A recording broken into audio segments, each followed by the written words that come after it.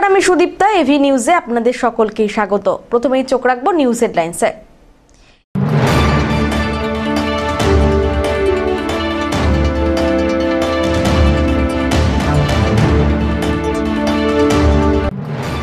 কান ধরে ওঠবোস কাণ্ডের রিপোর্ট তলব করল হাইকোর্ট। ঘটনায় চাঞ্চল্য ছড়িয়েছে শিক্ষানুরাগী মহলে।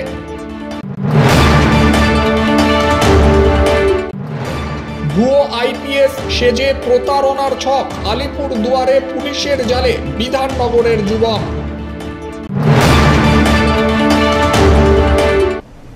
এবার আসছে বিস্তারিত সংবাদে।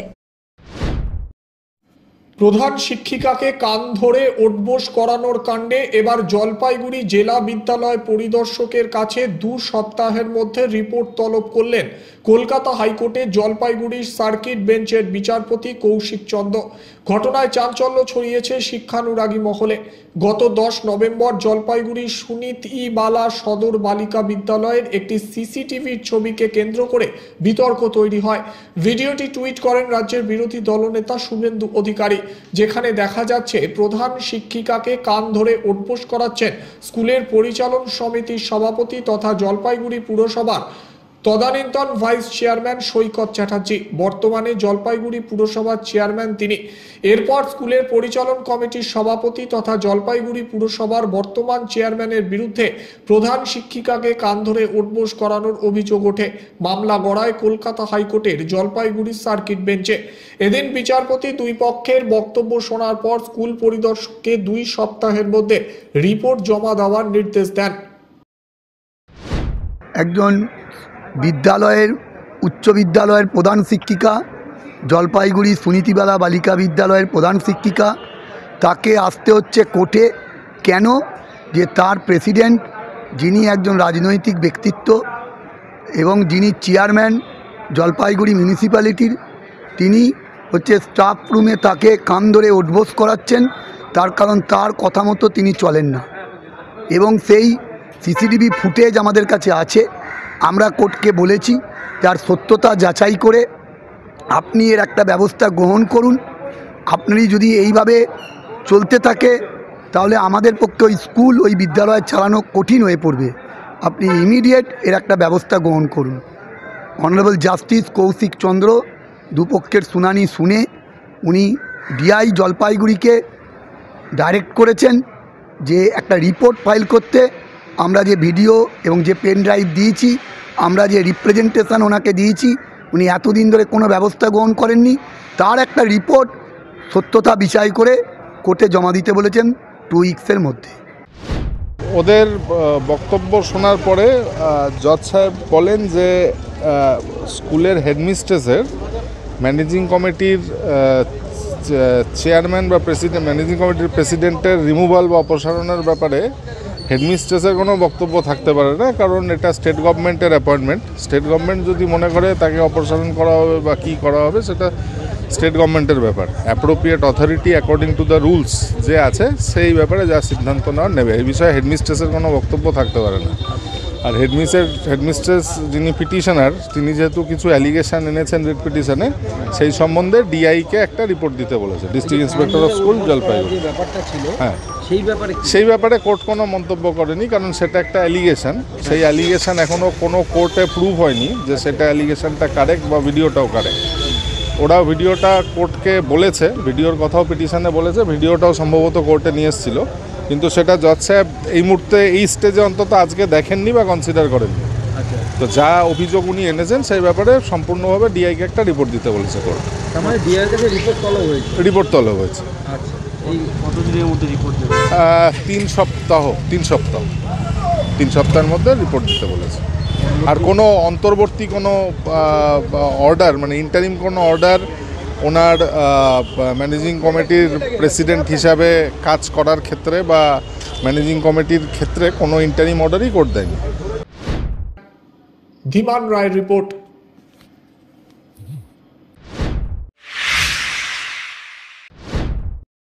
ভুয়ো আইপিএস সেজে প্রতারণার ছক, আলিপুর দুয়ারে পুলিশের জালে বিধাননগরের যুবক। সেন্ট্রাল আইবি আইপিএস অফিসার সেজে প্রতারণার ছক কষার অভিযোগে গ্রেফতার এক যুবক। ধৃতের নাম বিশ্বজিৎ বিশ্বাস, বাড়ি বিধাননগরে। পুলিশ সূত্রে জানা গিয়েছে, আলিপুরদুয়ারের একটি হোটেলে দীপব্রত চক্রবর্তী নামে ভুয়ো আধার ও ভোটার কার্ড জমা দিয়ে তিনি নিজেকে আইপিএস অফিসার বলে দাবি করেন। এরপর তিনি এলাকার একাধিক ব্যবসায়ীর সঙ্গে যোগাযোগ শুরু করেন। তার কথাবার্তা ও আচরণে অসঙ্গতি লক্ষ্য করেই সন্দেহ দানা বাঁধে। ব্যবসায়ীদের কেউ কেউ বিষয়টি পুলিশের কাছে জানালে তদন্তে নামে আলিপুরদুয়ার থানার অ্যান্টি ক্রাইম টিম। গোপন সূত্রে খবর পেয়ে বৃহস্পতিবার রাতে ফ্লাইওভার সংলগ্ন কোর্ট বাজার এলাকা থেকে বিশ্বজিৎ বিশ্বাসকে গ্রেফতার করা হয়। তার কাছ থেকে উদ্ধার হয়েছে একাধিক ভুয়ো আধার কার্ড, এপিক কার্ড এবং মোবাইল সংরক্ষিত ভুয়ো আইপিএস পরিচয়পত্র। পুলিশের প্রাথমিক অনুমান, এলাকার ব্যবসায়ীদের কাছ থেকে লক্ষ লক্ষ টাকা হাতিয়ে নেওয়ার পরিকল্পনা ছিল তার। বিভিন্ন দিক খতিয়ে দেখে ঘটনার তদন্তে নেমেছে পুলিশ। সব্যসাচী মজুমদারের রিপোর্ট।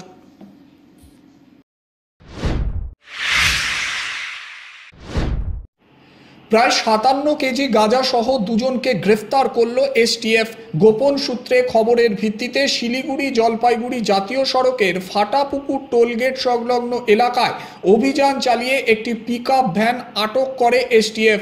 সেই গাড়িতে তল্লাশি চালিয়ে উদ্ধার হয় 3 বস্তা ভর্তি প্রায় 57 কেজি গাঁজা। ঘটনায় 2 পাচারকারীকে গ্রেফতার করা হয়। ধৃতরা হলেন মোহাম্মদ ইফতিকার ও মোহাম্মদ পারভেজ। দুজনই বিহারের আরারিয়া জেলার বাসিন্দা বলে জানা গিয়েছে।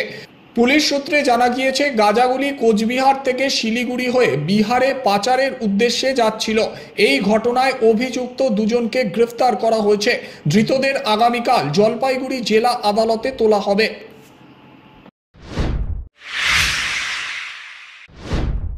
জলপাইগুড়ি তিস্তা ব্রিজের মুখে হঠাৎ আগুন লাগে একটি 12 চাকা ট্রাকে। বৃহস্পতিবার রাত 12টা নাগাদ এই দুর্ঘটনাকে ঘিরে ব্যাপক চাঞ্চল্য ছড়ায় এলাকায়।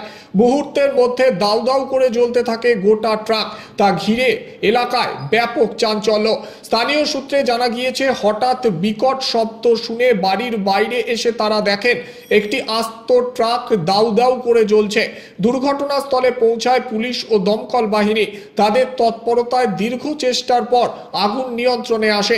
ঘটনায় কেউ হতাহত হয়নি বলে দমকল সূত্রে জানা গিয়েছে।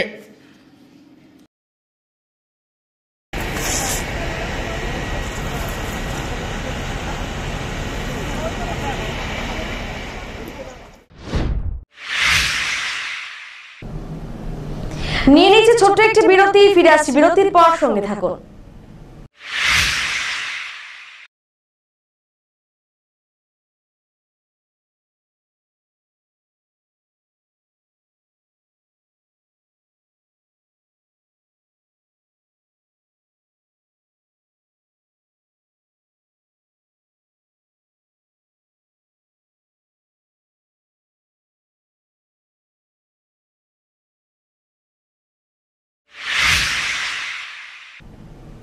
ফিরে এলাম বিরতির পর।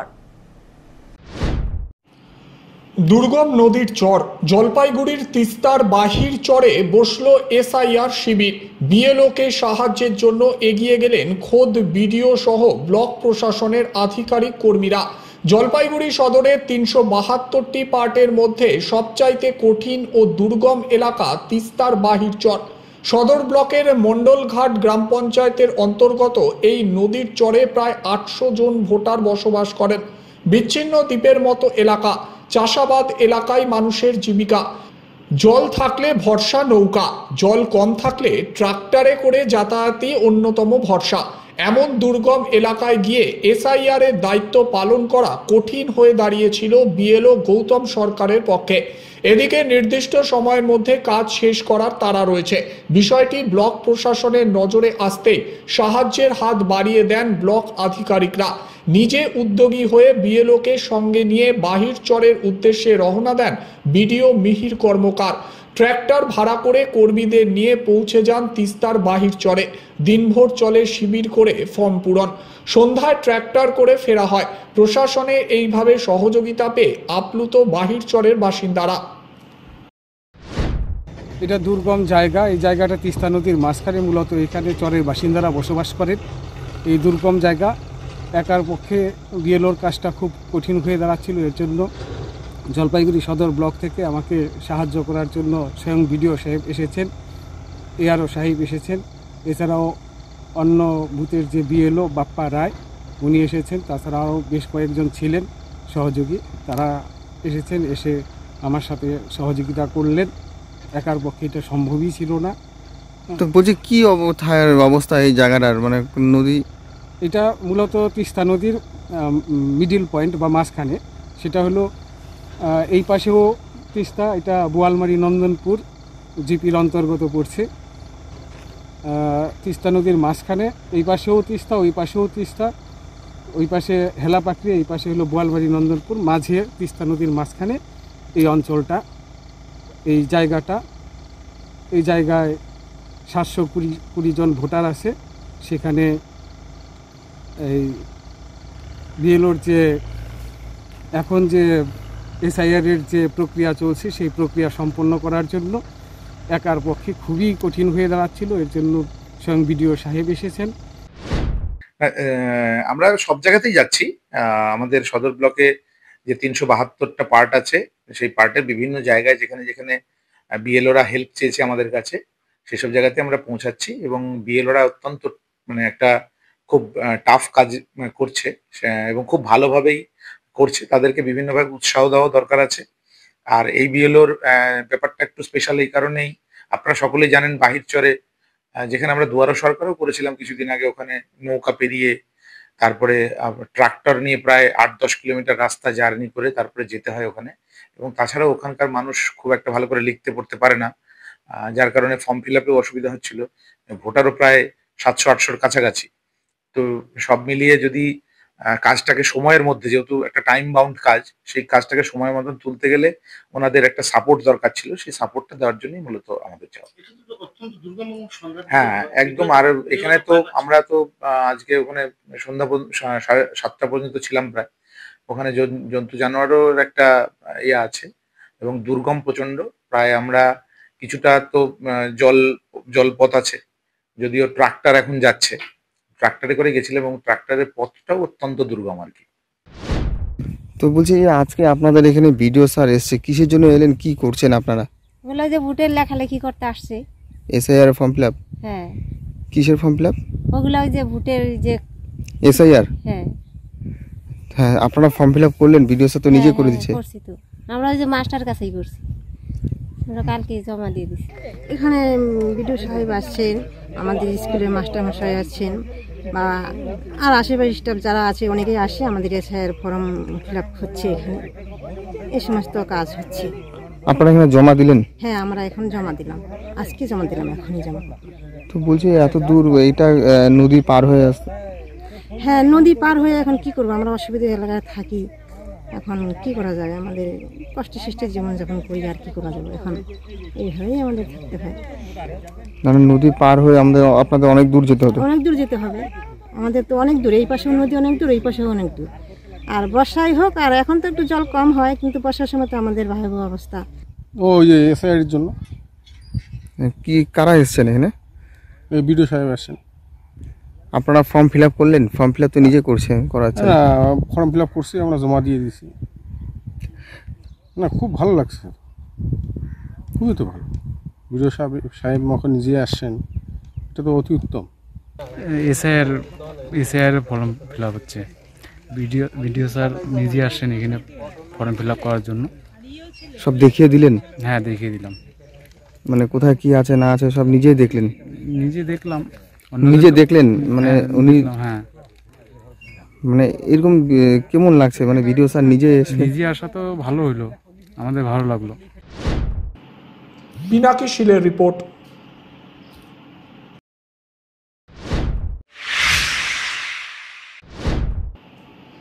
ফের লোকালয়ে হাতি, হঠাৎ মূর্তি পর্যটন কেন্দ্রে ঢুকে পড়ল দাঁতাল হাতি, হুলস্থুল পড়ে যায় গোটা এলাকায়। খাদ্যের খোঁজে গরুমারা জাতীয় উদ্যান থেকে একটি দাঁতাল হাতি মূর্তি নদী পার করে গ্রামের দিকে চলে আসে। এই দৃশ্য দেখা মাত্রই চাঞ্চল্য ছড়িয়ে পড়ে গোটা এলাকায়। বৃহস্পতিবার রাতের দিকে মূর্তি পর্যটন কেন্দ্র এলাকায় জঙ্গল থেকে একটি দলছুট হাতি আচমকা বেরিয়ে আসে।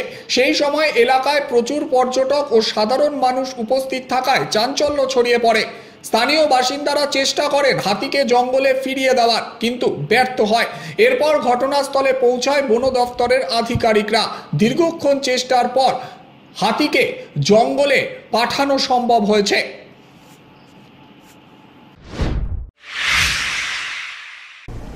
শেষ করবার আগে নিউজ হেডলাইন্স আরো একবার।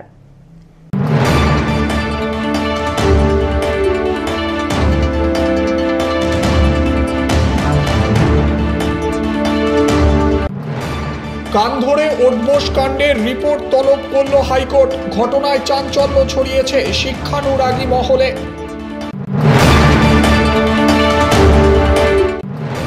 ভুয়ো আইপিএস সেজে প্রতারণার ছক, আলিপুর দুয়ারে পুলিশের জালে বিধাননগরের যুবক।